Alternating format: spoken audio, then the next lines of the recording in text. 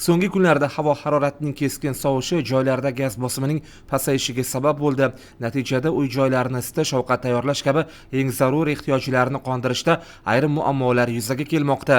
Viloyat hokimi Adiz Boboyev ana shunday murojaatlar bilan chiqqan Samarqand shahridagi Sartepa maskanidagi ko'p qavatli uylarda yashovchi aholi xonadonlarda bo'lib, odamlarning qishning sovuq kunlarida yashash sharoitlarini ko'zdan kechirdi. Jumladan maskanning Guliston mahalla fuqarolar yig'ini 152-uyning 19 va 21 xonadonlarga kirib, aholi bilan muloqot qildi. Gazni bir ko'rmoqchi bo'ldim-da, gazlaringiz qanday yonyapti? Pastmi, balandmi? Gaz yo'q, vaqti. Mana shuncha yonyapti. Qanday ko'rsak bo'ladimi? Baland qilib qo'yilgan shu. Bittasi yondim, ikkinchisi o'shadi-da, bermaydi bu. Eng balani bu. Gaz neto. Можно посмотреть? Necha kundan shunday gaz pastligi? 10 kun, 15 kunday. Mana bu yerga qalavul qilaman, yeri katorlarni suvni o'chatdik. Gaz yo'q. Mana bu obogrevator qo'yapti. Mana bu bozor tomonga ana shunday gaz. Nima bunday? Yo'q, boshi shu yerdan keladi, bozor tarafdan kirib keladi gaz.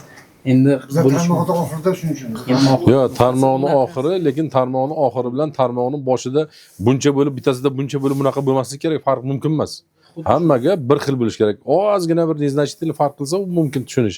Lekin unaqa juda katta farq bo'lishi mumkin emas. Hamma joyda siz bir xil balansni ushlashingiz kerak. Qo'shnilarda hammasida shunaqa, yoningizdagilarga. Bir xil pas, ha?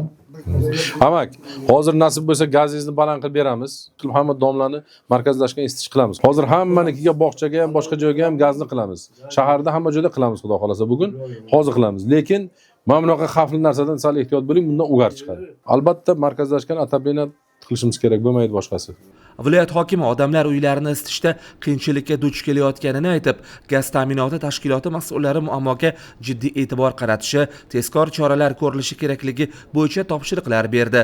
O'rganish natijasida aholiga gaz yetkazib berishni barqarorlashtirish masalasiga alohida e'tibor qaratildi. Viloyat hokimi aholining maskandagi umumiy ovqatlanish shoxobchalarida gaz bosimi balandligi, odamlarning uyida esa gaz pastligi bo'yicha qilingan murojaatlarni ham ana shunday shoxobchalarga kirgan holda o'rgandi.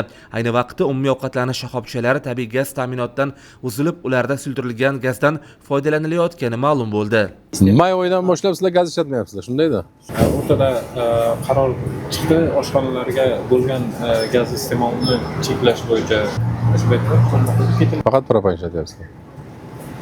Xalqimiz bilish kerak-da hamma narsani-da. Bu hozir kelib ko'radi, ikki xil xulosa qiladi-da. Mana uyimda gazni bermasdan deydi, mana bunga gazni berib qo'ydi degan xulosa qiladi. Lekin bilmaydiki, bu yerda propan yonayotganligidan xabari yo'q bu narsadan. Adiz Boboyev aholining Guliston mahallasidagi futbol maydoni uchun ajratilgan joyda ko'p qavatli uy-joy qurilishining oldini olish yuzasidan qilingan murojaatini ham joyda o'rgandi. Mas'ullarning so'zlariga ko'ra, ushbu joy aslida bolalar futbol o'yingohi qurish uchun ajratilgan. 17-yilda Sartepani obod qilayotgan paytda mahalliy tashabbuskorga bergan, mahalla uchun stadion qilgan. Bu joy stadionmi? Stadion bo'lib xizmat qiladi xalqqa. Tamom, hech qanaqa dom-pom qurilmaydi bu yerga. Qanaqa dom berasiz? Qilib qolgan hamma yoqda dom. Uyma-uy o'rganish davomida qilingan barcha murojaatlar yuzasidan viloyat hokimi tomonidan mutasaddilarga aniq topshiriqlar berildi va uning ijrosi qisqa muddatda ta'minlanadigan bo'ldi.